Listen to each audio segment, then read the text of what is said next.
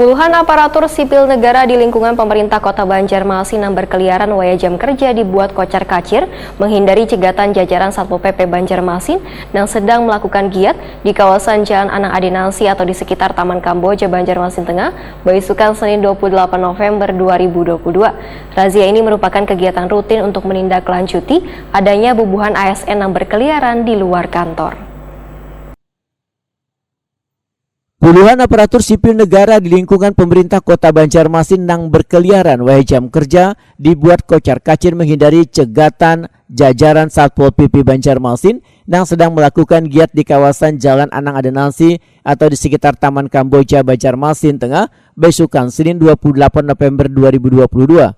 Kepala Bidang Penegakan Perda Satpol PP Banjarmasin Fahmi Arif Wetakuni Prima TV memedahkan razia ini merupakan kegiatan rutin yang bertujuan untuk menindaklanjuti terkait adanya bubuhan ASN yang berkeliaran di luar kantor di waya jam kerja.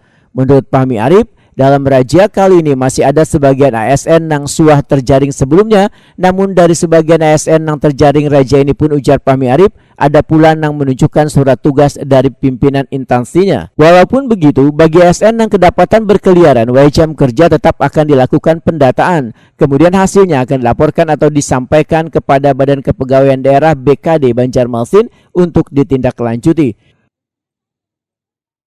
Jadi sebenarnya rangkaian kegiatan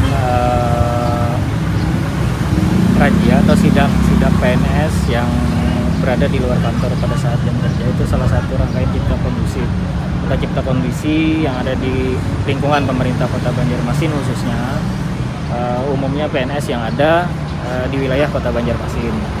Di rangkaian kegiatan ini memang ditujukan untuk PNS atau ASN yang ada di Kota Banjarmasin yang berada di luar jam kerja, berada di luar waktu jam kerja yang telah ditentukan.